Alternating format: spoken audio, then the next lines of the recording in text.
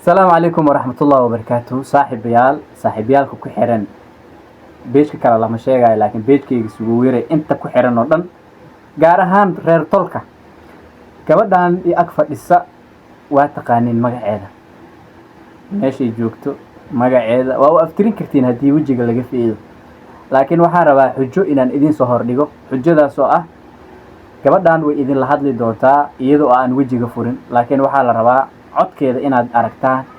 ma bedeli doonto codka sidoo yahay ay idin kula hadli doontaa way idin salaami doontaa inay yimaadii bay sheegi doontaa laakiin gabadhan gabadhee waay heblaayo ani dhihi maayo laakiin idinka la idin karaba gabadhee ay tahay inaad soo sheegtiin aad ba u mahadsantiin gabadhu waa gabar caana bal soo dhawo haye haye si ay codka u gartaan kor ugu qadba وين سلامي أنت صغيرة بيت سكتة أركي معنا ما تسوق فاهمينا مركو حين ليه وكلمة شيء مجري قطع هاي كل شيء أضاعت كي أكتاني waxa inii leeyahay inaan faanteena u maleynaa warkaas meesha ku imaadaya waxa inii leeyahay haye maxaa kale oo daray fariin kale أنت سفرين هون أضافي قطع هاي يعني نيسو شيئان أنت